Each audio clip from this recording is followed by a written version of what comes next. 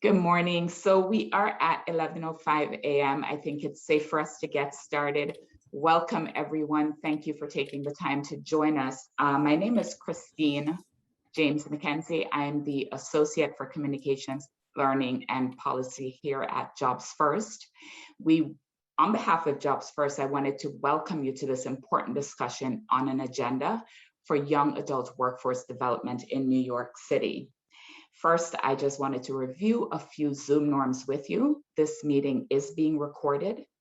Please keep yourself muted for the duration of the presentation. And all your questions can be placed in the chat. Our moderators will pass on those questions to the presenters and the speakers. And as a reminder, please be kind to each other and know that there may be hiccups, but our entire team is here to support you. So if there are any questions, please just drop them in the chat and one of us will get to that. And right as we get started, I wanted to encourage you to follow us on our social media at Jobs First NYC across Instagram, Twitter, LinkedIn, Facebook. And what we would like today is if you can go on all of the platforms or some of them and find the post. For example, on Twitter, find the post, like it, and retweet it. On Instagram, you can click the post and reshare to your story. Facebook and LinkedIn, like, comment, and share. And please have your organizations and partners spark the conversation by using the hashtags we have here: WKDEV, Equitable Recovery, NYC, Future of New York, Youth Workers, Partnership, Youth Jobs, Higher Stars. And we will place those in the chat, but it is great for us to keep the conversation front and center by utilizing all of our social media platforms. And without further ado, it gives me pleasure to introduce our President and CEO of Jobs First, Marjorie Parker.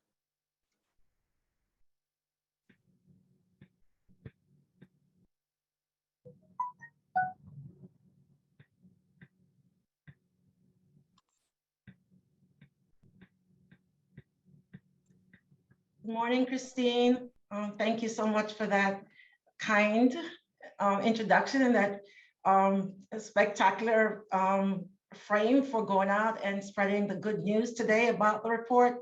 Good morning and welcome, everyone. Thank you for joining us this morning for the release of Equitable Recovery for Young Adults, an agenda for young adult workforce development in New York City.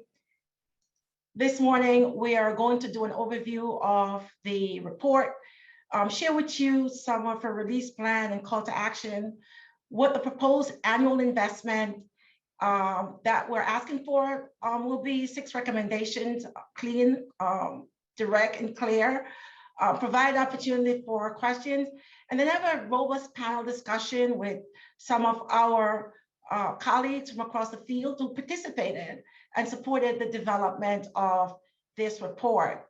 So just a little bit about where we are today as we look at the out of school, out of work young adults across New York City. Jobs First was born out of a crisis 16 years ago. What we faced back then, as we're doing today, a crisis of high numbers of young adults ages 18 to 24, out of school and out of work. Now, we were founded through a collaborative process, public convenings, similar to the ones we engaged in developing today's report, with input from stakeholders just like you about what mechanisms and solutions we need to resolve the crisis 16 years ago. Our mission focused on creating and advancing solutions that break down barriers and transform the systems supporting young adults and their communities in the pursuit of economic opportunities. If I keep popping up, my video keeps going up, I'm not sure why. So as you can see on the chart in front of you, New York City, over the last 10 years, 12 years, we've really made great progress in reducing those numbers. At the height of the crisis in 2010, we had 187,000 young adults out of work and out of school. And that's right after the Great Recession when those numbers spiked. But by 2019, those numbers were down to 106,000. Now, a lot of us here deployed strategies and practice and advocacy to reduce these numbers.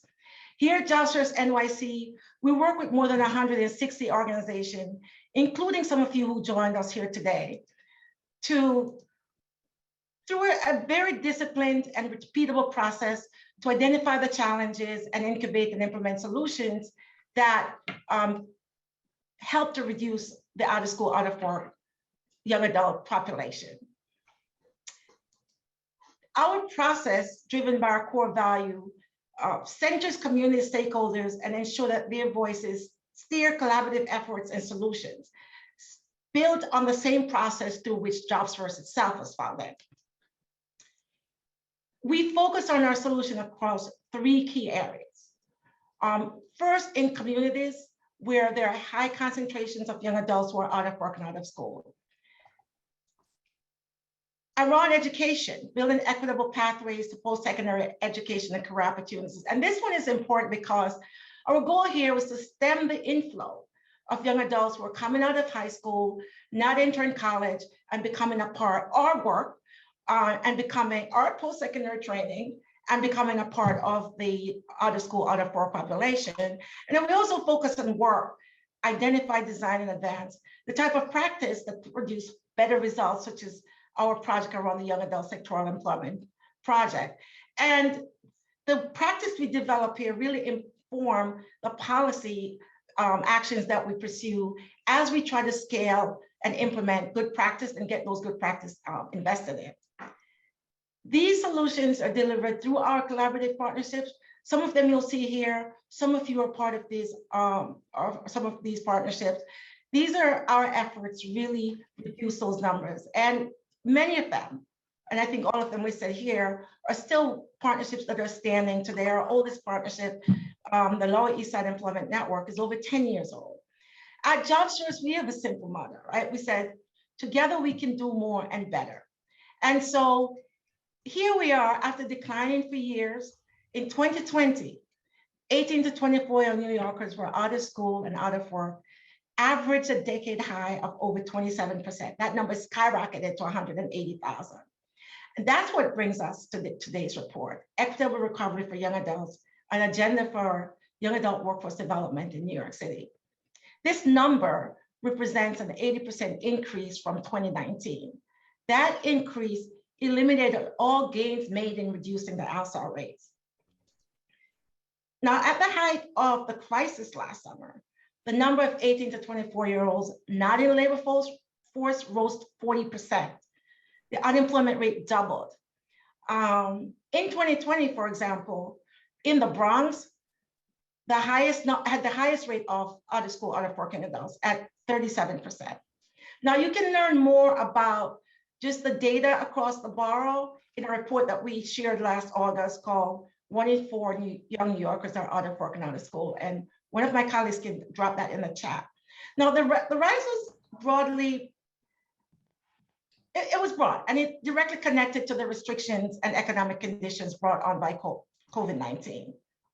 And so what we're trying to do here with this report is provide a set of citywide policy priorities rooted in the real needs of young people, the perspectives of the on-the-ground practitioners, and the literature on successful policies and interventions.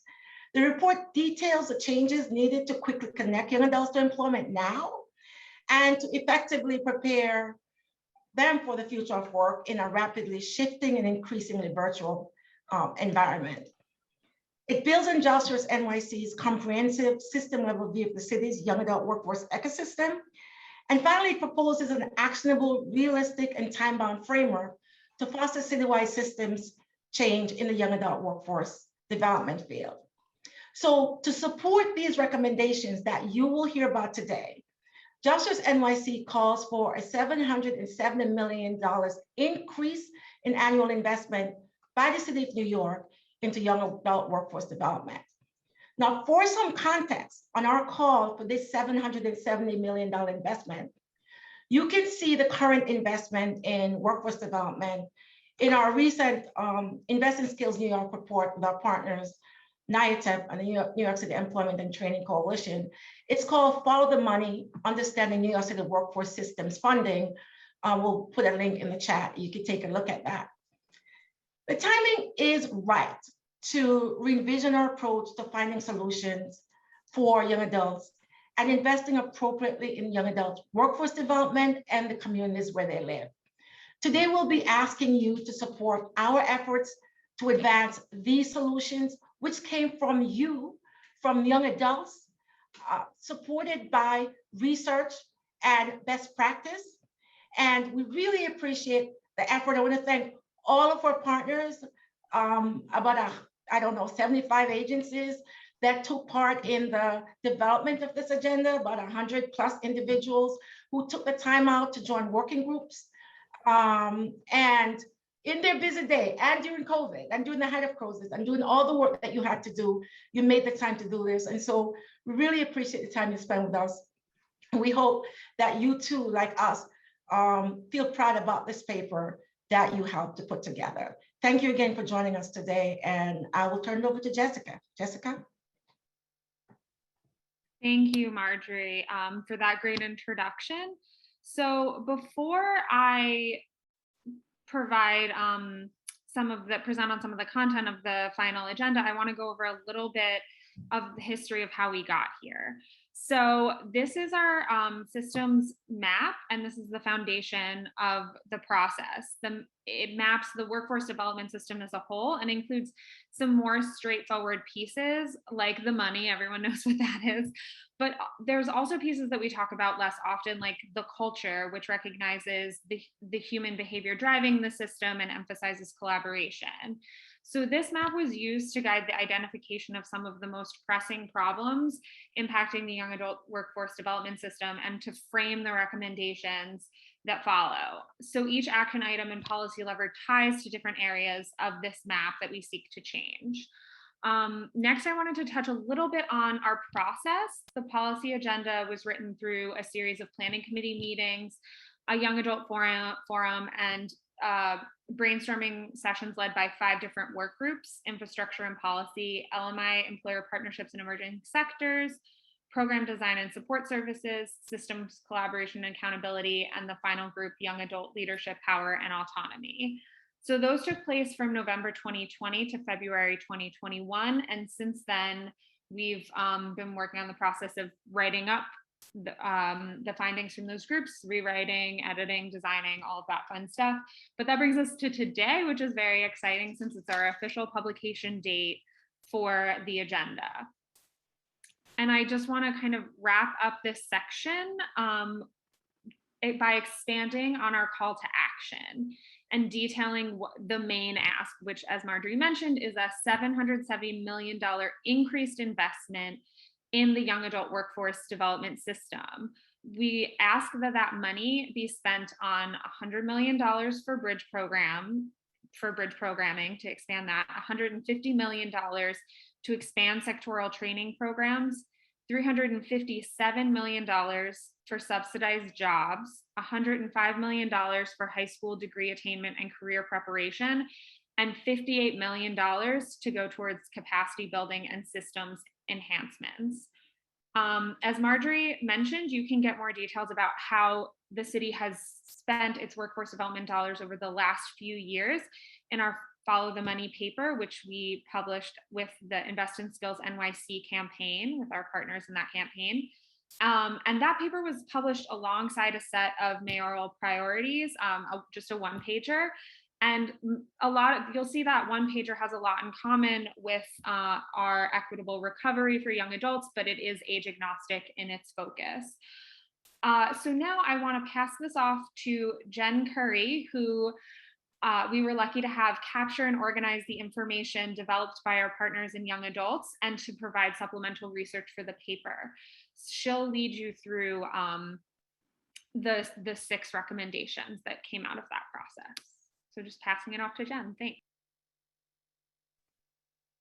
Great. Thank you, Jessie. Thank you, Jebs, for so much for having me here today, but also for trusting me with this very important project. And as you said, it was definitely a labor of love over the last year. And you all know that because over 100 of you participated, as Marjorie said, and it was a real pleasure to be part of even just the way that this youth agenda came to be. It was really inclusive and inspiring to talk to you all. And that doesn't mean that we didn't spend a lot of time talking about the challenges, which of course are many. You know, sort of a systemic focus on outputs and quick job placement rather than thinking about really trying to figure out and solve for long-term solutions in economic mobility. Of course, a really severe mental health crisis that we can argue was there before the pandemic, but was definitely exacerbated by it. And of course, the challenges of inequity that we know are very, very obvious in our system.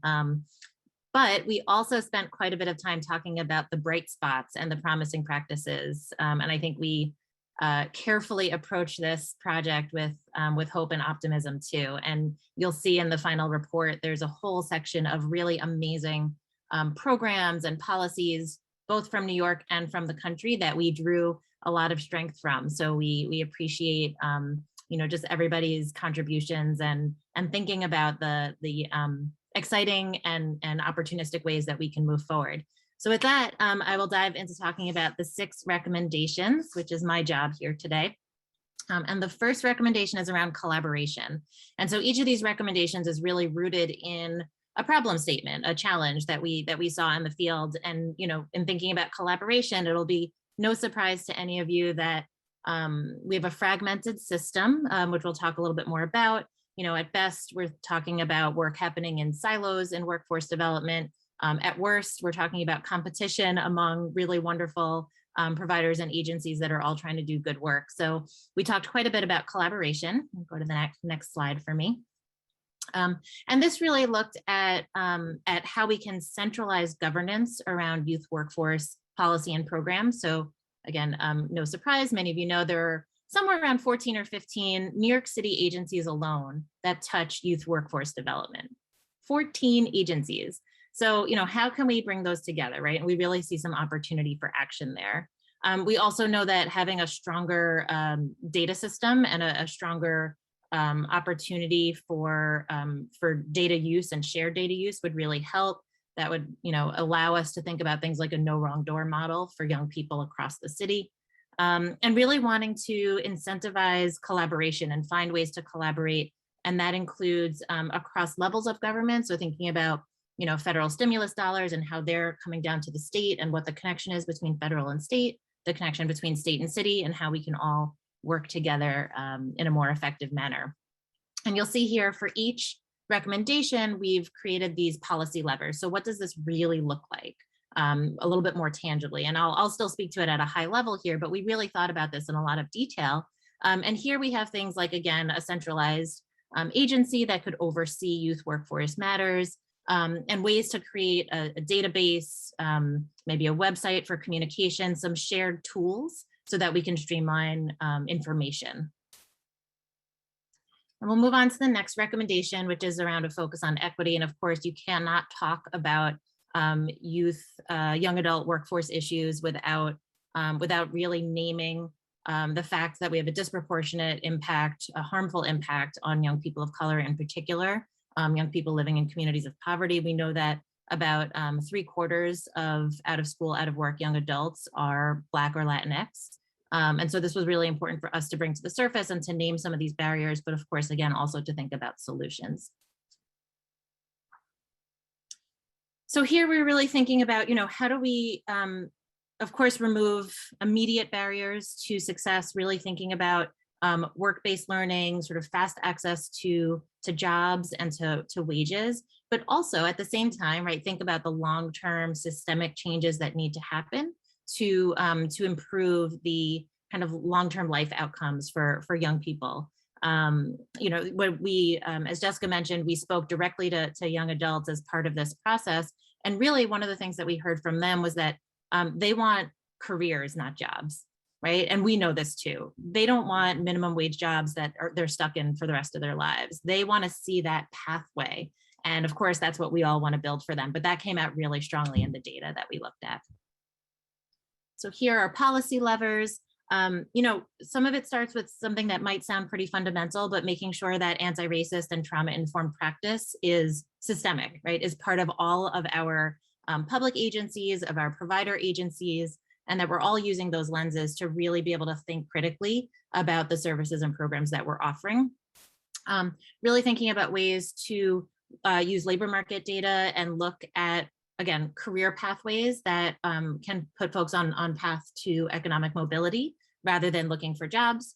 And of course, as we know, subsidized job opportunities are huge for young adults. And so we want to make sure that there's a bigger investment there as well. Recommendation 3 is around employer partnerships. And the biggest challenge here, and again, I'm speaking to a group of folks who I know knows this already, is that we have every provider agency out there making their own partnerships with employers, and we can streamline this process if we work together. It's a great area where collaboration really could create synergy. So we had a number of recommendations here.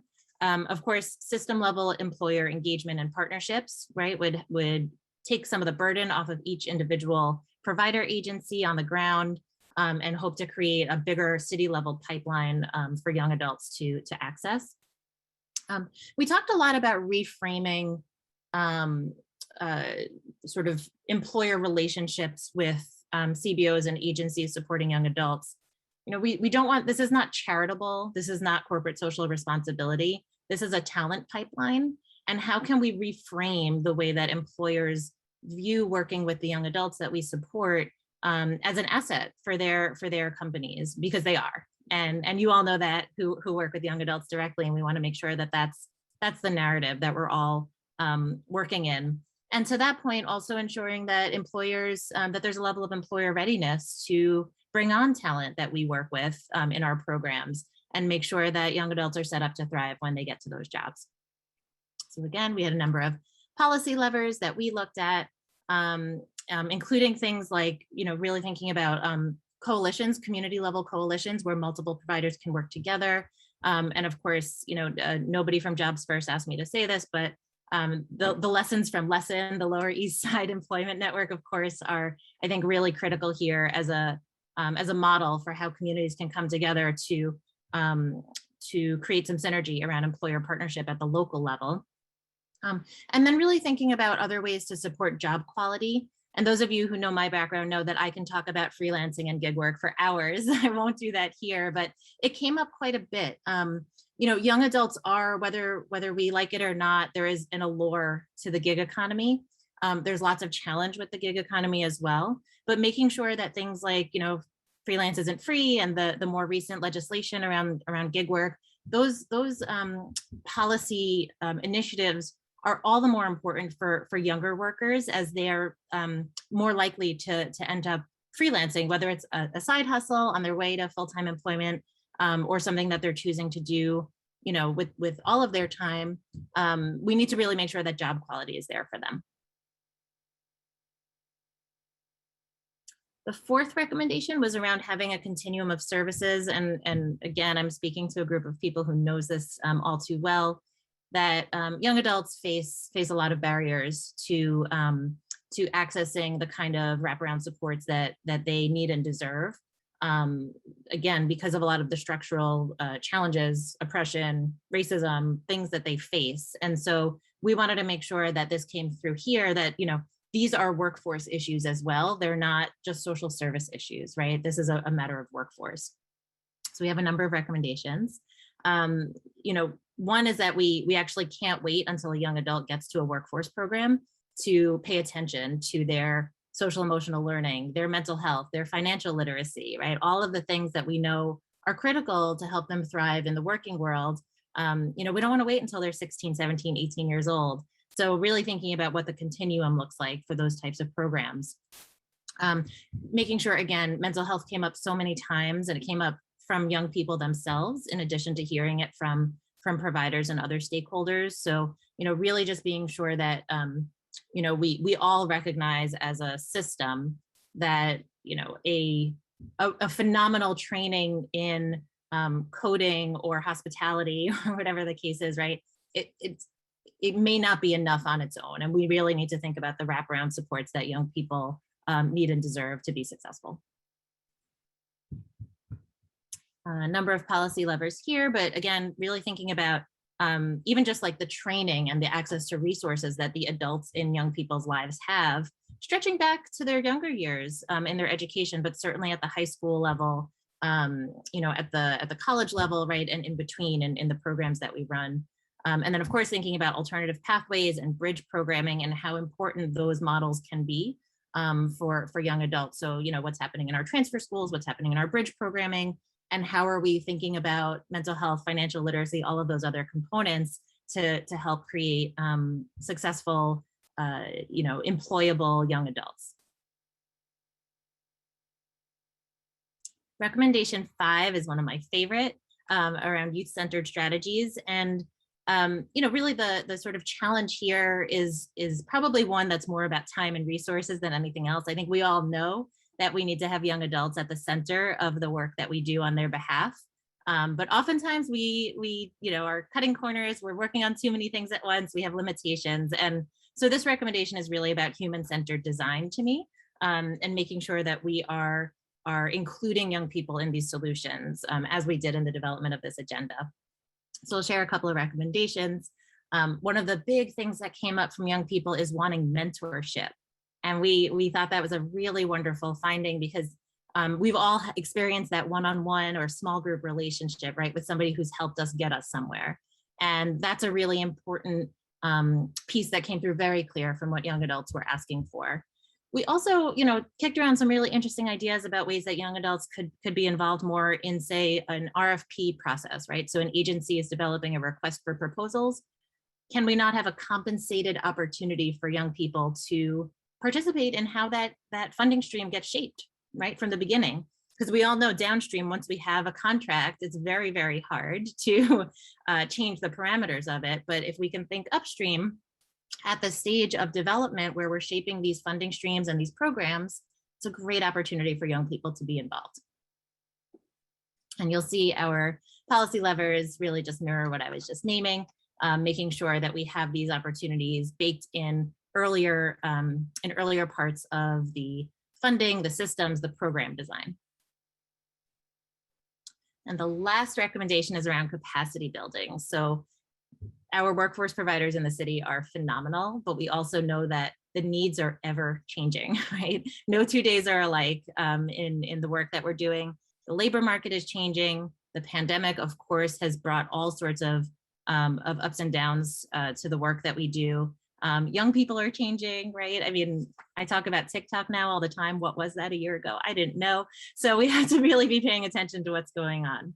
So we have a handful of recommendations that are really about supporting workforce providers in the field, right? So deeper investments in professional development, really being able to think about the future of work, again, using that labor market information, understanding the trends, understanding what the possibilities are, and really also using young people's perspectives to shape some of the training, to shape how we evaluate our programs, right? And bringing in that youth perspective so that we know what young adults are telling us that they want and need, and we're actually measuring ourselves against those benchmarks.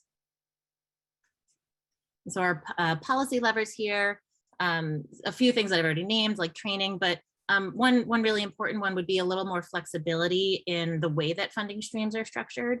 And again, I have lots of respect for the procurement process, so I know what I'm asking for here, but to be able to be a little bit more nimble and respond to immediate needs that are coming up with young people, some room for flexibility and adaptability and what's required in programs would go a long way. So we talked quite a bit about that here in terms of being able to do some more rapid response addressing of issues. So with that was your Cliff Notes version of the agenda. And I think we're going to open it up with Carrie and Marjorie for some questions.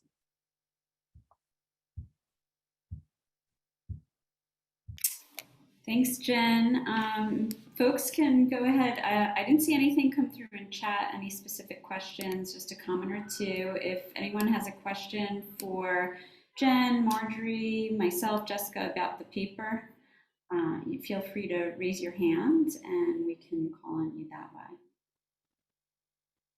Jen, to your part of what came up a lot in the conversation around public investment was the need for public agencies to allow CBOs to pivot investment when the market has changed and they need to onboard other training that is more responsive to market needs, and that they were locked into 3 or 5 year contracts that they had a difficult time changing when the market had changed a lot.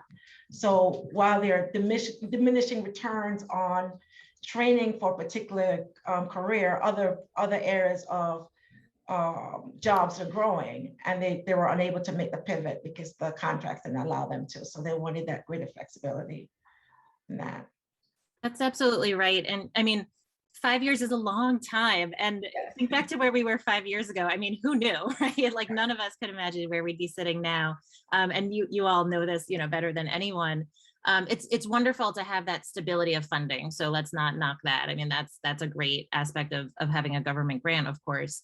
But a lot does change. And so I think there's probably some creative ways to write in that flexibility so that the outcomes are still the same, right? We're still operating within the same guiding principles of what the intent of the funding stream is, but to have a little more room, if I said I'm going to do 10 workshops on X and 2 years in, X is no longer a thriving market, right? Can I change that to 10 workshops on Y without having to go through a massive modification process so that I can be a little bit more responsive to what young people are looking for? And the last thing that I'll say there is that it's also not just the type of work industry-wise, but the nature of the work, right? So, automation kicked in way faster over the last year and a half than any of us could have expected it would have because of the pandemic.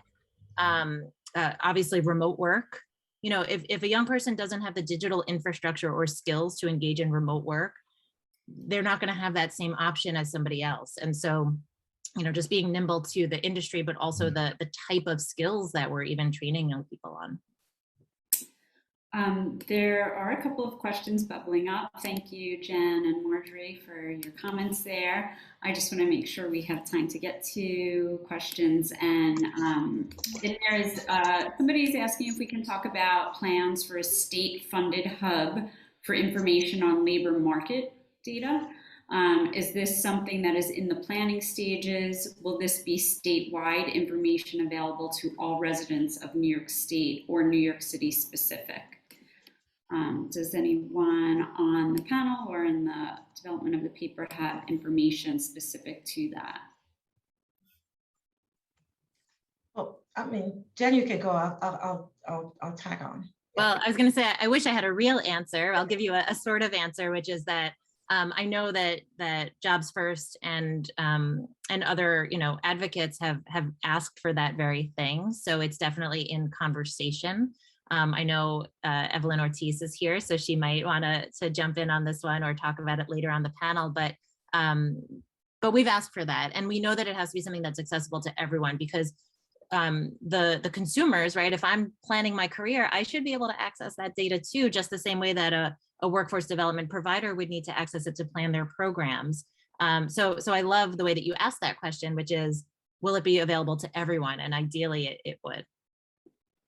Yeah, I agree. I think just about every intermediary in New York City and across the state has been asking for the same things repeatedly through various research papers and advocacy effort.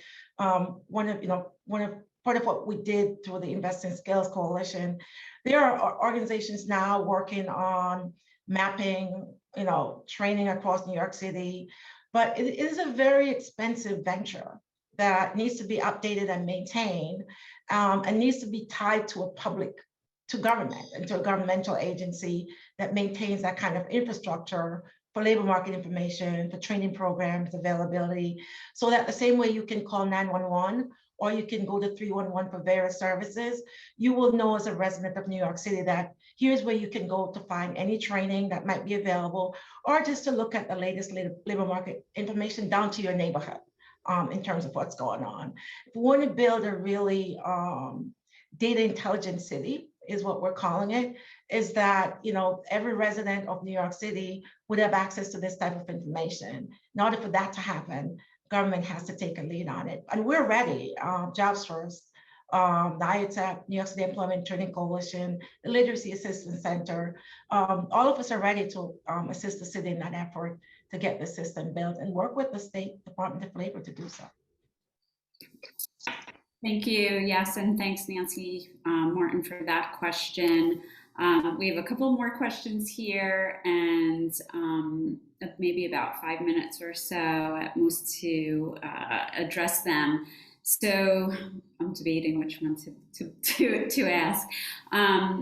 Let's start with this and see where we go. Has paid mentorship been considered with clearly defined goals and tracking of skills learned, different from a paid internship, of course?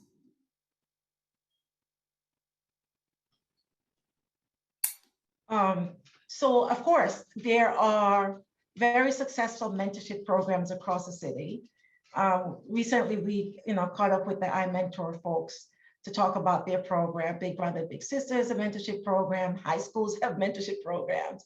What we need is a more coordinated citywide effort around this, similar to where we said, we're building a data intelligence city, is that it's a city where every young person knows that there are mentorship programs and that they have access to it. It's not information you only find out because you know certain things. It's an information that everyone knows about. And so we think that many of the young people we talked to during this session talk about the value of mentorship. And we know from our own experiences how important that is. And so, the city has a city service, I'm saying the name wrong, but it is the New York City Service.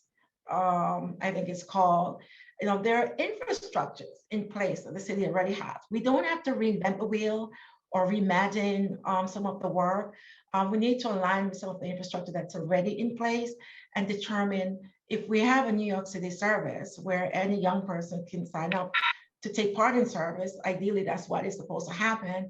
Then similarly, it could be a place where people can sign up for mentorship. What we're talking about here is about systems alignment and systems reimagination. We have a lot of the foundational pieces here in New York City already. A lot of agencies are doing great work. It's how do we build on that and create the space and investment needed to make that happen. Great, and I think Marjorie, I'm gonna pose this one because we talk a lot about it here at Jobs First. About what roles, if any, do you think worker-owned cooperatives, worker co-op development initiatives, and labor unions could play in helping out of school, out of work young adults? Jen?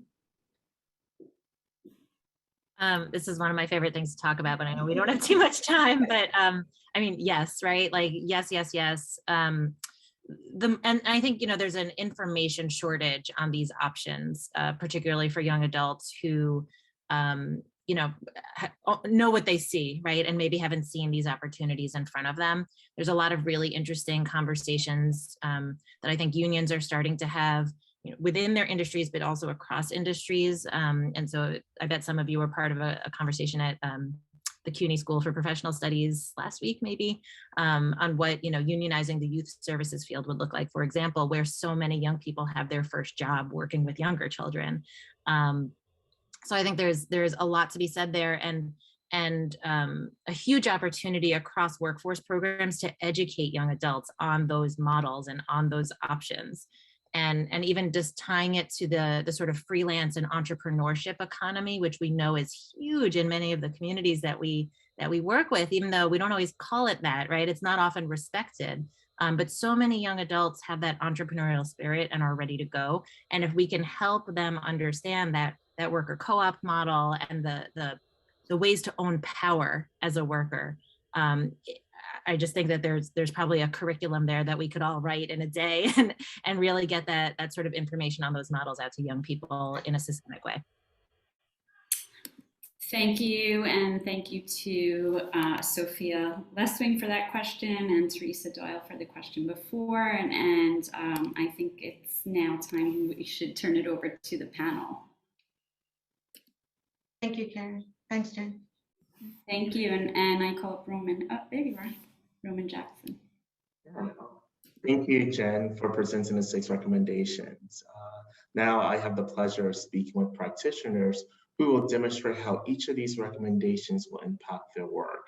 And so I would like to introduce, and as you're being introduced, can my fellow co-hosts add these people onto the screen? And also if the panelists can turn on their videos and also raise your hand so my colleagues can find you. First, I would love to introduce Juan Cabana, who's a program participant at Phipps Neighborhood Opportunity Youth Program. Next, I would like to introduce Lowell Hirschberger, who's the Director of Career and Education Programs at Cypress Hills Local Development Corporation. And next, we have Iona Jimenez, who's the Associate Director of Placemaking and Workforce Development at the Brownsville Community Justice Center, and also a member of the Brownsville Hub Cooperative Steering Committee. Also want to introduce Brian Licata, who's the Member Relations Manager of the Staten Island Chamber of Commerce and Chair Emeritus of Youth Wins, by Evelyn Ortiz, who's the Deputy Director of NIATEP, and Dr. Edward Summers, who's the President and CEO of Think Innovator. It's great to have you all join us today. And my first question will be directed to Juan.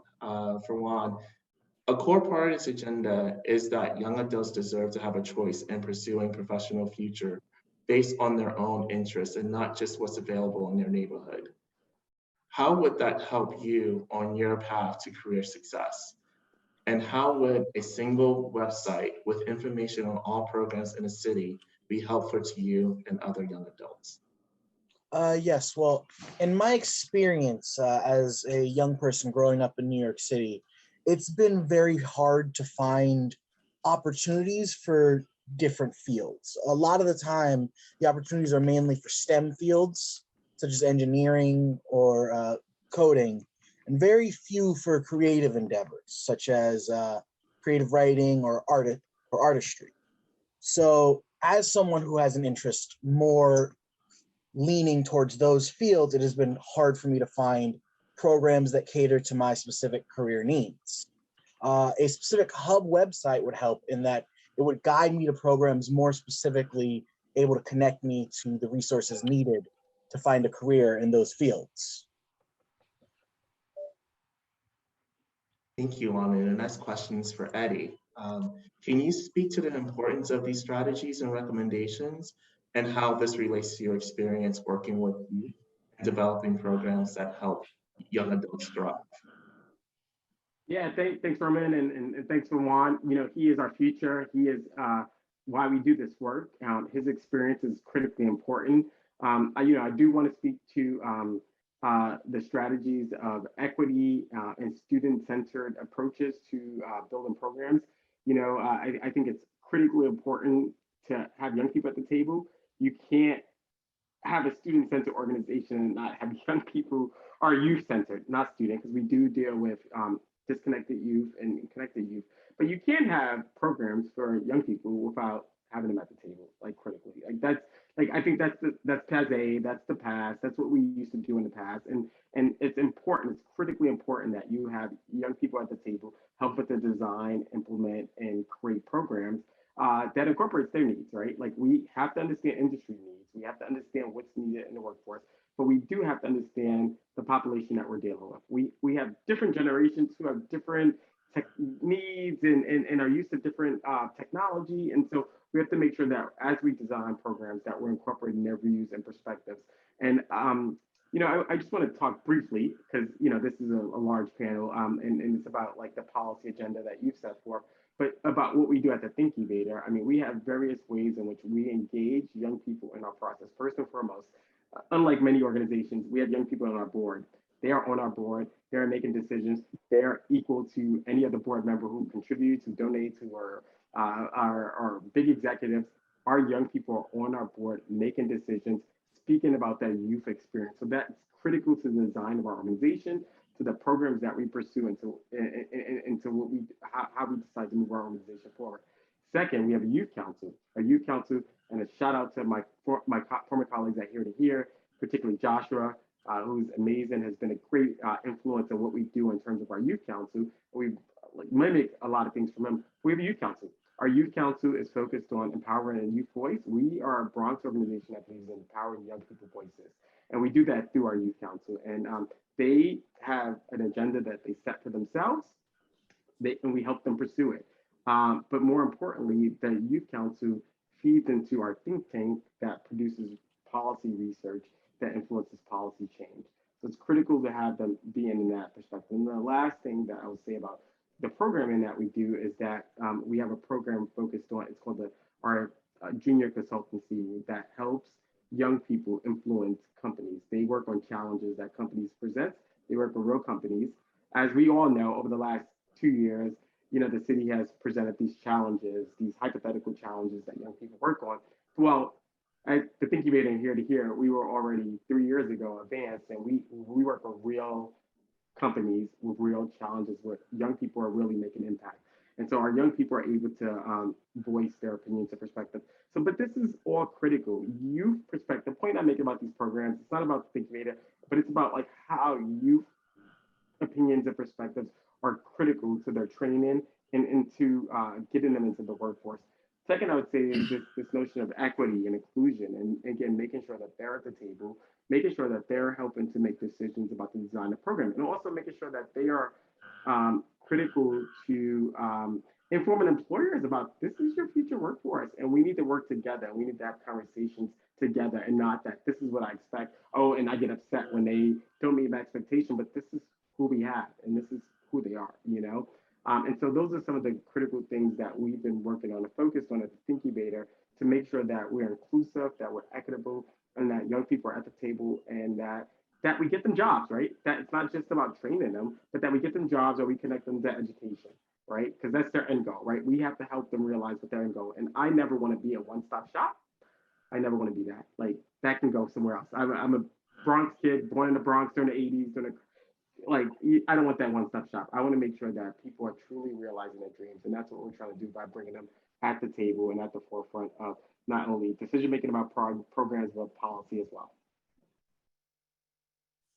Thank you, Debbie. And I want Iona just to follow up and kind of just talk about why should we be focused on youth-centered programs and services that incorporate wraparound support for youth that face greater barriers while also centering their voice, need, and interest. And Iona, I think you can talk about this from a justice-involved youth perspective.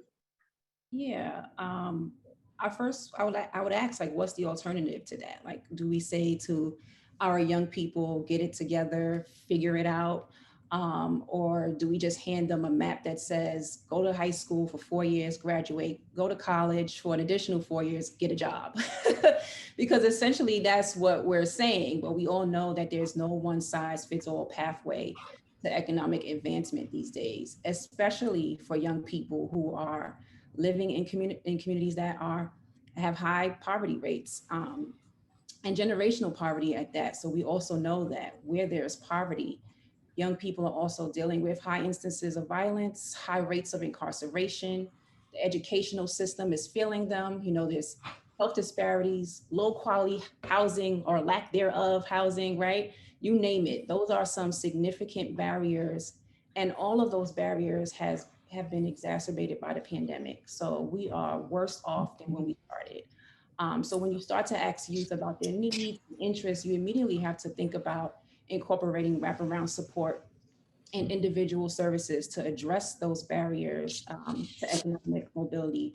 Within the first few days of programming at the Justice Center, young people are matched with their quote unquote person, right? So that's either a case manager or a social worker who will sit down with them to create a roadmap or an individual service plan that is specifically tailored to address the needs and interests of that young person for the duration of the program and after.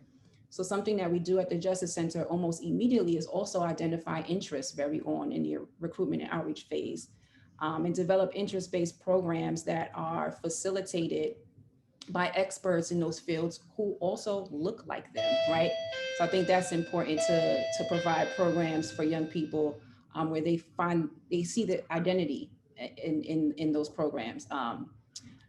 So, after building their skills and networks in those fields of interest, having that network of people who look like you in underrepresented fields, right? We're talking about also allows them to put that, think about how they're engaging and putting that experience and that network within their reach. And I think that's also important. So for example, young people also think about, while they're building those skills, how they can apply those skills to impact issues within their communities at the Justice Center, right? So we're not only talking about some of those barriers that we recently mentioned, but young people are also building skills to impact some of those issues. So not only are they building those skills, but now they're able to say they have experience in addressing an issue within their community. And I'll give an example for that within Brownsville. Some young people in Brownsville who wanted to respond to trauma and the impacts that it has on mental health spent the summer learning new skills centered around non-traditional healing techniques from healing and health practitioners, and also work with architects and design students to design what they now call healing sanctuaries, right? And those same youth knew that access to healing in Brownsville was a barrier, and that they would need to design something that was mobile and that could respond to traumatic events. And in that, they, stumble upon, right? Like just by addressing an issue, they stumble upon something that they now can see themselves thinking about as a career pathway. So they've developed these skills, and you're just like, being able to explore these types of opportunities and think further about, what options are out there or available to them, but also connecting them to people that look like them. And I think all of these programs should be incentivized, right? Because almost across the board, the incentive mimics a minimum wage or a wage that also addresses a barrier, right? So skill building and immediately money in my pocket, right? Young people want money in their pockets. So we're asking young people to come to the table, to think about things and to solve issues. One of the immediate issues being poverty. We need to think about how to incentivize young people in doing some of those things. One interest that I think has been a consistent interest in Brownsville is entrepreneurship. And I don't think most workforce development organizations are, exploring entrepreneurship as a career pathway. So when the fact is that, we mentioned earlier on in the presentation that side hustles and the gig economy is absolutely an opportunity for young people to tap into. And if anyone knows a small business owner, we already know that there aren't enough resources and support out there for entrepreneurs. But our young people and their parents are in their homes, babysitting, doing hair and nails, making clothes, selling them, shooting music videos. There's so much that is happening in the side hustles and gig economy that I feel like it's a missed opportunity. And because of that, we include entrepreneurship workshops and wraparound support to support the small business entrepreneur. But all of these programs, like whether they're tech, design-oriented fields like architecture and design, digital media, they're all underrepresented by the young people which we serve, which are people of color. And I think it's very important for us to think about how we're connecting those young people to those opportunities, but also, having programs that are facilitated by people who look like them, so that they can also see themselves in those pathways. Thank you, Iona. And next I'll go to Brian. Brian, you were really involved in the development of the policy agenda. From your unique perspective at the Staten Island Chamber, what do you think is the single action item or policy lever which will have the biggest impact on both young adults and employers? Much like Eddie and Iona, what we're really looking at is creating more funding for bridge training programs. This is our biggest gap. Thinking about how bridge training program works and the lack of them and what that does to your local economy. We have all of these older workers who can't find work because they're not skilled. That's our low-hanging fruit. We need training programs that can get them back into the workforce. But at the same time, we're also playing the long game. We need to be working with the youth to give them the skills that they need so that 15 years down the line, we're not in the same exact spot where they're 40 years old and they can't find work. That's the idea of the bridge. The bridge is supposed to connect two islands. Right now, what we have is most of our policy lacks workforce development, especially inside of New York. The other states that we work with, that are really focused on this, they're seeing an influx of money. They're pouring money into bridge training programs that connect their workforce directly to their colleges and universities, directly to their high schools. And you're seeing that there's a continuum of services from middle school all the way through, whether they go to college, whether they go to some sort of training program. But the real thing that we lack inside New York is we don't have any of these bridge training programs. We have a lot of very small programs, 6 weeks, don't really have a lot of skills built into them. So the biggest thing that we'd like to see is instead of just throwing money at the wall and hoping that something works, we'd like to see the money actually put into programs that have empirical evidence, that show what they're only going to be able to do. I know numbers are great, and that's where most of our money flows right now, into getting the most amount of people into something. The only problem is that something is not really worth the money that we're putting into it. So we'd rather see that bridge training programs throughout the city were being funded, and that they were very focused not just on what the youth want, because I do agree with Eddie. I think that's fantastic, and it should be youth on all of these boards. But at the same time, we have to look at what is the labor market telling us is in demand. Otherwise, our training programs are just going to be a waste of time. Thank you, Brian. And for Lowell, I was actually going to ask you about bridge, and so you can definitely expand on Brian's point, really talking about it from the perspective of young adults. But the agenda specifically asks for a $100 million investment in bridge programs and a $150 million investment in sectorial training programs. In your experience, why are bridge programs and sector employment training key to connect young adults to employment? And what kinds of interplay between the two is necessary to create talent pipelines? Sure. Thank you, Roman. Thank you, Jobs First. This report's amazing work. It's great to be part of it. I think I'm a big fan of sectoral programs because they work, right? I'm relatively new to the work. In 2014, Jobs First helped us launch a sectoral initiative in transportation and paratransit, and specifically for young adults. And it was new to me. I didn't know if it would work or how it would be, but I think we saw gains in really every area: more jobs, higher wages, better retention. It was just really amazing to see that. And I think it was particularly effective with young adults, because I think, sectoral approaches have originally were sort of launched with adults, but I think as part of YESIP with Jobs First, really looking at the young adult population, I saw the young people really, it really clicked, right? It made sense. I think young people don't want to just learn an abstract, sort of concepts, but they want to know what the job will be and what it'll be like, and who, how does it work, and who's there, and what do you do exactly, and so the contextualization of that's provided with both bridge programs and sectoral approaches and melding together makes a lot of sense, and I saw it really click with young people. And so, for example, and it's also efficient, right? Because we don't even, for example, need to provide training on interviewing or even doing a resume, because our employer partners just take everybody we send them, and so they don't even actually have to have an interview. And so these are some real efficiencies when you have a deep partnership with an employer or two that can hire right out of the gate, and that's also very motivating for young people, right? To know that they're not even going to have to interview; you just go there and start in the onboarding process. So that's what I think is possible with sectoral approaches. And also, want to highlight the concept that Jen mentioned about the gig economy. So I think the sectoral lens allows you to pivot well.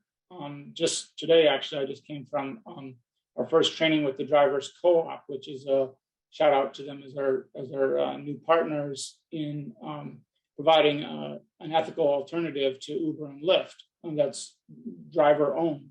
So I think having the sectoral lens in transportation allowed us to think creatively about how do we get on board with the changes in the sector, and how do we push the envelope on real ethical practice. that is really worker-centered, while also addressing, I mean, we all know that the paratransit system has had a lot of bad press for its sort of archaic, system and the long wait times and those things. And so it's having that sectoral lens allows us to kind of be ahead of that and really start developing some really cool solutions that I think will be great moving forward. So I think there's different pieces in the, in the paper that I would highlight, but those are a couple of them. And I think just back to the bridge programs, I think one thing to mention too with this is that you also need flexibility, right? Because if you're really going to be responsive to a sector, you have to be able to respond to the sector, not just the model. So in other words, like in transportation, for example, you don't need the high school equivalency, right? And so a bridge program doesn't make as much sense if that's your sector. But we're exploring healthcare and construction are the other two sectors we're doing right now, and both of those would require the HSC, right? So bridge model makes sense in that kind of sectoral initiative. So I think really allowing us to weave together the academic component with the employer engagement component and make it really be contextualized so young people can see that they're actually training for something that exists out there, as opposed to just sort of randomly getting interview skills or some skill that they hopefully maybe will use, but or some academic skill that's just tied to a credential that is just a piece of paper, but they can really see that this is a job, this is a career path, and they can really engage with professionals at all levels. So I think applaud Jen and Jobs First for this amazing recommendation. Thank you all. And I see we're getting a lot of great questions and comments in the chat, and we'll come back to those. But first, I want to ask Evelyn a question. Can you tell us more about subsidized employment? Historically, what has it looked like in New York? And what would an expansion of subsidized employment mean for New York City young adults trying to begin their careers? Well, hello, everyone. So first and foremost, in terms of subsidized employment, when we think about it, I think what automatically comes to mind is the Summer Youth Employment Program, right? It is literally the longest lasting program statewide. It's been around for now 60 years. And, in New York City in particular, it serves, 70,000 young adults. And the city has expanded the program, which was originally mainly federally funded, and it has exponentially increased its investment through the past decade. And just for you all to know, it is the largest, and we're investing about $123 million into the SYP program. It's the largest across the entire state of New York, even when in comparison to adult programs as well. And although it's the largest, it is a very successful model. And, on behalf of NYATEB, we advocate for the program. It's so interesting. This week, I was actually looking and cleaning out some of my pictures, and I found my old SYEP card. So I thought I brought it. I thought it would be great to bring it over here. It's from 1999. And I was actually an intern at Lutheran Medical Center out in Sunset Park. And it was so amazing, right? Just to think about that opportunity. But realistically speaking, just thinking through where we are now and what it does for young adults and the exposure that it provides, and what it specifically does to decrease the number of young people who are engaged with the criminal justice system, to decrease homelessness for that summer, right? There's so many things that happen, the amount of engagement that goes on, but we all know that that's just not enough. Right? It's not enough because one summer is not enough to yield the outcomes that are necessary to keep youth engaged and prepared for the ever-changing world of work. And a lot of my colleagues have already shared, and as Jobs First outlined in the agenda, year-round employment is really what is necessary right now, and subsidized programs through year-round employment. And this is what we're talking about specifically to ensure that youth, primarily of color and of low-income communities, can be provided with equitable opportunities to thrive in our city. And I just want to say, as someone that worked for a provider out in New York City, I used to work for Opportunities for a Better Tomorrow. I saw firsthand, right, how an increasing rate in out of school, out of work youth in the population really meant an increase in homelessness, poverty, and justice involvement, right? Like I saw how our young people were walking in through the door, discouraged, just feeling like they couldn't contribute anything to society. And that's not what we want to repeat, right? Like we want to make sure that we can create like opportunities for them and not repeat what we're seeing right now. So what we're seeing is that, just this year, the governor called a state of emergency, right, because of the drastic increase in gun violence. Each day we turn on our TVs and, we see a young person who's either been shot or has been involved in an incident. And I know we have we have Iona here who's part of the Bronzeville Justice Center, and she's experiencing that firsthand. But we have the solution. We have part of that solution, which is really to provide year-round employment opportunities in combination, as Lowell has shared, with education preparation, supportive services. And I have to add this, active community involvement, localized community involvement, right? Where young people feel that they're part, the folks are part of their community. They understand their, everything, the threats and challenges, everything that they experience. And we have to be responsive, not just to those needs, but to the outcry that we're seeing. And the models that have been shared today already exist, right? And Brian said this really well, like they have to be scaled up, right? There's empirical data to demonstrate that it works. We don't need to continue to research these things, right? Like we have models, like I'm gonna utilize, and I'm gonna pinpoint it directly, for instance, Advance and Earn. Right. So we know very well that it came from the young adult internship program in the past, right? It was redeveloped into something more comprehensive in response to the crisis that we see. But we need to get out of the pilot phase. I think we're at that point right now that it can be expanded. We can serve thousands more youth throughout New York City who are in need, who are asking for it, calling for it. And then even for, there's other opportunities that are targeted specifically towards in-school youth, but those opportunities are also very important. For instance, you have Work, Learn, and Grow, and you have the industry scholars programs. Those should also be increased as well, and mainly because they were primarily not primarily, but they were funded at a small amount, not nearly as large as SYEP, and they yielded great results as well.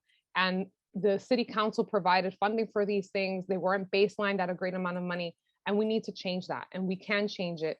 And I want to also just highlight the fact that, the city has done a great job through Career Ready NYC to map out this continuum of services, right? So I talked about out of school work, subsidized programs specifically as well for the increase in investment for in-school youth work programs as well. But we have to look at the full continuum, and through Career Ready NYC, the city has outlined what that system-wide level engagement will look like. And, through this agenda, in partnership with this agenda and what has been outlined, we can do it, right? We can really put together a comprehensive strategy. And I know that those numbers look really bold when you say $770 million, when you say $100 million. And I say this as an advocating even for bridge programming in the past. It was really difficult, right? Because you hear it over and over, man, that's a lot of money. How are we going to get there? Well, the way we're going to get there is if we partner together, if we talk about it together and really talk through what is it going to look like to expand. We know that it's not going to happen overnight and it's going to take time, but we're here to work together in partnership with the city and the philanthropic community as well. Thank you, Evelyn. I'm going to pose a few questions that are open to everyone. I might highlight one or two people, but everyone can answer the questions, but please can you keep your questions brief because we want to get to the audience questions as well. And for the audience, if you can, we already have some great questions. Can you post your questions into the chat and we'll try to get to those as well. And so my first question, I know many of you are part of our place-based strategies, and particularly Iona, we've just knowing that you're part of Robin Hood's Mobility Labs project on the Brownsville Hub Cooperative. We really just want to talk about really how has funding from a funder like Robin Hood that encourages collaboration and innovation impacted your work? So, and not only the work that you do and the collaborative itself, but how do you see it trickling down to the work that you're doing at BCJC? That's a really good question. And I think, you know, in communities that I mentioned earlier that are faced with a lot of disparities, a lot of systems neglect, right? Everyone is kind of racing towards the finish line and working in their silos and really trying to hit those deliverables and their benchmarks for their organizations. And I think sometimes when we're so focused on the one thing, like we're not thinking about how reaching across to another organization who also is focused on another and collaborating, or even because we have so many different things that we're doing that we don't have the capacity or the time to, you know, intentionally collaborate. And I feel like, you know, with the opportunity with Robinhood, you know, that really set us to sit down and talk to agencies and carve out time to really develop a plan, an economic mobility plan for Brownsville with experts that had different focuses. And I think that that's important. Like with the Justice Center, we were focused on a justice system, justice involved young people, youth development programs, and, you know, with the Central Brooklyn Economic Development Corporation, they were focused on economic development across Brownsville, and having the Youth Design Center who was teaching STEM, and having all of those people who are also from the community, right? Because a lot of those leadership positions sit with people who are from the actual community that they serve, which makes them the experts, if you ask me. You know, having that intentional time to sit down and collaborate and be intentional about which, like the mobility plan that you're going to put out that affects all of the Brownsville community is something that, you know, you really don't get a chance to do because everyone's kind of working on in their own space and in their own silos, and really just trying to get to the bottom line of things. And I think that the Brownsville Hub cooperative work is very unique in of its part, but collaboration is key when we're talking about some of those really huge barriers, like health disparities, food insecurity, we're talking about homelessness, poverty, incarceration. And there's organizations that are doing the work specific to those issues, and they all should be talking to each other. Thank you, Ayana. And my next question is really about, like, I think I feel fortunate to be able to work with so many incredible partners such as yourselves, and understanding it is really important to also help to build the capacity of professional development and training for workforce development professionals. And I know, Evelyn, you're very passionate about this topic yourself.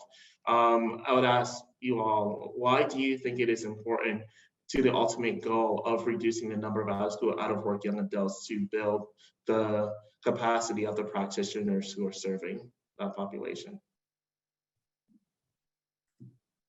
I think it really is important because of the need to innovate. Like, I think if we don't do ongoing training, we'll tend to keep doing things that we've always done. And I think that's true in any profession. So I think really innovation is really key and requires a lot of, I know for me, even after being in the field for 10, 15 years, I was able to think differently about the work through a learning community. So I just want to chime in here. I think the main thing here as well is that we all know that automation is real, more real than it has ever been. And, you know, like we experienced it all. And how are we going to confront that challenge when our practitioners are not prepared 2 steps ahead of the game, right? So that's the other part to this as well. And in addition to that, you know, like we're not adequately investing in our own workforce and have our own sector-based strategy to like really support the people that we serve. And if we're not prepared, we're not ready, there's no way that we're going to adequately do that. And beyond that, we also, and I think, and I want to like, you know, just shout out WPTI for the incredible work that they've done through the frontline worker reports that they put out, specifically really highlighting how we also need to make sure that folks are being adequately paid family sustaining wages, right? Because right now, that's also a key problem. We can't have, there should be no reason why our frontline workers should be struggling to make ends meet and undergoing the same challenges that our clients are, right? Like that shouldn't be the case. And that's something that we can really turn around with significant investments in scaling and supporting like their ongoing learning as well. I just want to jump in real quick. Evelyn, it's great what you said, and I wholeheartedly agree. I mean, I think that, we are underfunded, a lot of nonprofits, in terms of being able to train our own workforce to make sure that they have the skills necessary to do the job to support our workforce.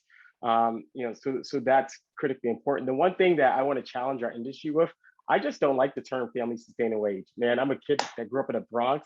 I like above a family sustainable wage. I like young people. I like families to live beyond just like, I can sustain my family, I can pay my bills. And I know that's a trend in our industry, in our sector, to say family sustain it, but I've hated it when I was at Here to Here. I hated at the Think Incubator. I don't like it. I like people to thrive. And in order to thrive, in order to really live a full life, like other people are living, I think we need to argue about, and I get why we say family sustainable wage, but I just don't like it. And I like above a family sustainable wage, and that's what we go for at the Think Incubator. I just want to say, as someone in the target demographic of these sorts of programs, that increased funding and increased training for the people who are basically organizing the programs helps people like me, because when a program runs for, say, 5 weeks, it's helpful, but at the end of the day, it can only help so much, and I'm more likely to go through another period of increased unemployment because of that. Whereas in the current program I'm in, it runs for 14 weeks, and they're helping me with job placement even after that, which, due to the funding that they get, that helps me to find more permanent gainful employment. Thank you all. I'm going to ask an audience question now. This question comes from Hector Cordero Guzman. And the question is, young people need to have an opportunity to experiment, to try different things and models and see what they like and don't, what works best for them, and in some cases to figure out what inspires them and what does not. Trial and error, as they say, and as other kids have the luxury of engaging and without penalty.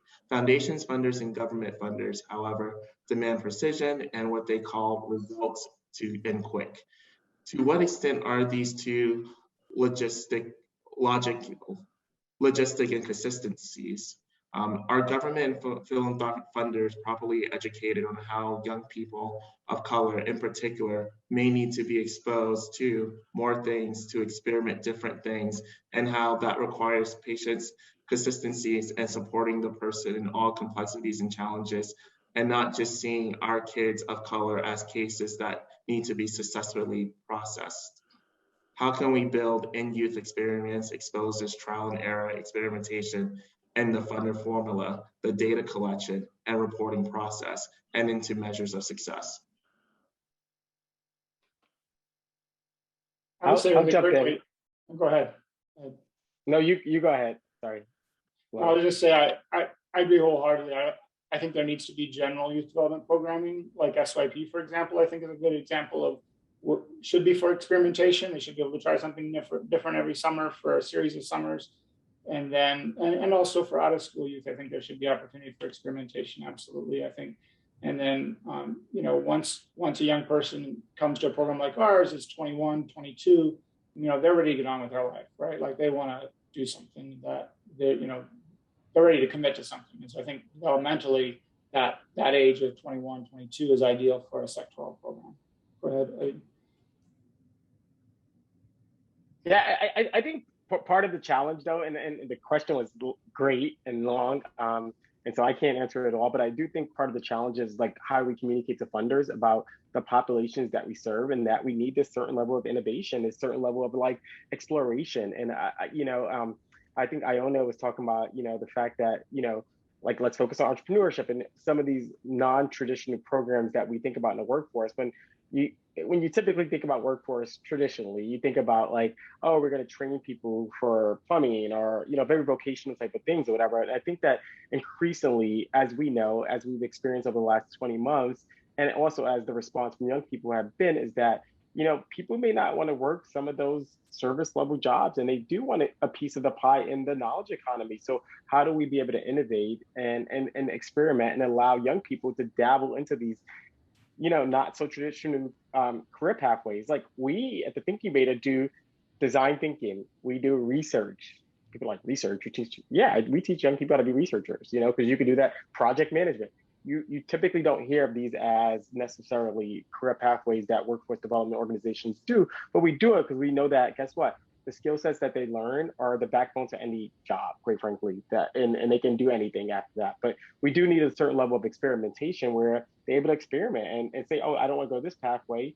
And the nonprofit not be held liable because you didn't get 100% of your young people in jobs, or you got, 30% of them in jobs, or 70% of them are further in education and different career pathways because they learned about a new career pathway along the way, right? So we need to have a level of openness, particularly as we talk to our funders about metrics and how they evaluate us and whether they're going to refund us based on our metrics, because we don't get refunded because if we don't send 70% of our participants to work or college, right? So I think that that's a real question and that we need to really grapple with and have genuine conversations and communicating with the funders about we work with a population that's still exploring things and this is all new to them and they don't necessarily know exactly that I'm going to go in and be a carpenter, I'm going to go in and be whatever our training program is. Amazing question. Lot for all of us to think about as a sector and to be able to collectively come together. And this is like the report that you guys have put out. How do we come together collectively to talk about this and communicate this to funders, government entities, and others? So, I just want to say on the topic of exploration, I will say that I am at the age where I am trying to explore my interests and figure out what I want to do. I have a lot of clarity in what I want to do, but I know for a lot of people my age, that's not the case. And we're often not able to explore different avenues because there's this fear of failure, especially in communities like mine, where there isn't a lot of opportunity. You kind of feel this rush to find what you're supposed to do very quickly. And a lot of the times that's counterintuitive because you wind up getting into what's most convenient and not necessarily what's the best fit for you. Yeah, I'll even add there too that this is a very important question, right? Because if we compare the communities that our young people are coming from to more affluent communities, you can already see within their educational system that all of these types of exploratory programs are in school. Like you can go to school and take driver's ed, you can go to school and learn music with an actual instrument in the public school system. You can learn like home ec. There's so many opportunities that aren't being afforded to our young people. We also have to recognize that they're young people. And this is the time for them to explore and trying to figure out exactly what it is that they're interested in, how they're connecting it to their future opportunities and goals. And I think one of the things that is important at the Justice Center is that individual support and really helping young people to explore and do a lot of positive reinforcement and saying it's okay. We understand that music wasn't your thing, you thought it was, but now you want to try photography and that's okay. How are we reinforcing with our young people that these are the opportunities that are available to them to explore. And you're absolutely right. That don't look good on paper sometimes when you're reporting to someone and what they're looking for is I want you to place this person in the job. But really that young person has been engaged in meaningful, impactful programming that is also changing the narrative in their communities. And they're adding a whole bunch of different interests to their belt. And they're also able to talk about it, talk about their experiences, but that isn't digestible to, let's say, a DYCD or work. I'm sorry if they're on the call, but we didn't get to talk about some of those agencies that have a lot of restraints on the providers in providing this regimented care of programs for our young people. So, this is a very, very important question. And I think that's why youth-centered approaches is a part of this report. Speaking of youth-centered approach, and this is the final question, I think it's only right that we end with this. One focus of the agenda, as you mentioned, and a recommendation that came out of it was partnering with young people when designing and implementing new programs, initiatives, and policy agendas. What kind of impact would meaningfully engage young people in programmatic and policy decisions have? And how would we best go about ensuring that young people are always a part of these conversations? So I would say that they always have to be at the table, right? They have to be with us when we're at City Hall. They have to be with us when we're in Albany. They have to be with us when we're in DC at all times, right? To like influence the conversations. I love having Juan in this conversation as well, and to hear everything that he's experienced and what he has to offer. And elected officials want to hear from them, right? They want to hear, they don't want to hear from us necessarily. They want to hear directly from their constituents, and their voices are more impactful than having us just really walk through all the data, right? Like, I think that that's one thing that's really clear and has always been clear, like the powerful narrative, the powerful voice in partnership with all the great information that we work so hard to provide.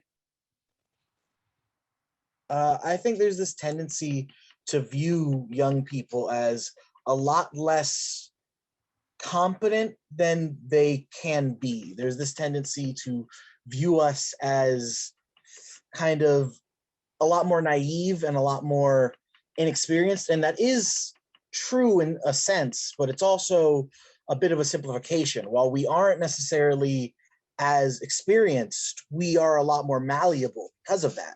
We're able to learn new fields and we're able to adapt a lot better than someone who's been doing something for 20 years in the same field.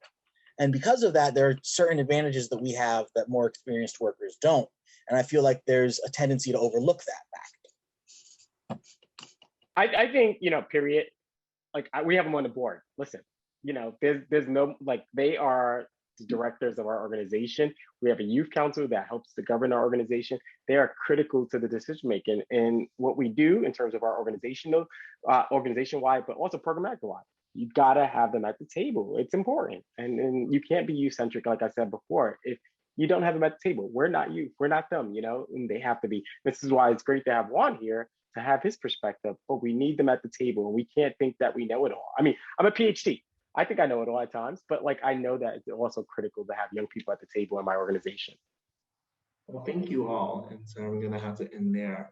But we would like to thank you all for joining us today. We're really excited for the release of this new paper and just really excited to have like great practitioners like you all as partners as we are trying to implement some, like encourage others to support us in implementing these solutions city and statewide. So thank you all for joining us today. And I'll pass it on to Jesse, who will close us out. Thank you, Roman, and thank you. I'm going to go really quick because I know we're running over. Thank you to all of our amazing panelists and speakers. You can tell from the chat the amazing value you added and the great conversations you sparked. I'm really excited. Again, we'll share the link to the report in the chat, and I would love if you could share it as widely as possible, your colleagues, your local legislators, government representatives, all of that. We want to get this in the hands of as many people as possible. If you would like to have us host a smaller group event for you outlining the paper, we're happy to do that. I'm putting my email in the chat. You can reach out to me over email and I will help plan that for you. And then just over the next few weeks, we're going to be making the rounds to raise awareness and get support for this. So we're going to launch a quick poll if you would like to join us in that, whether as like a panelist in this event or just joining that, then please fill out that poll and it'll capture your email on the back end. And I will be in touch with next steps for that soon. So we'll follow up with this with the link to the report again, just to get at you as many times as possible, the recording and the slides. I believe there was a request for that as well. And that's all I have. So if you filled out the poll, and feel free to hop off. We appreciate you all being here today. Thank you so much and have a great day, everyone.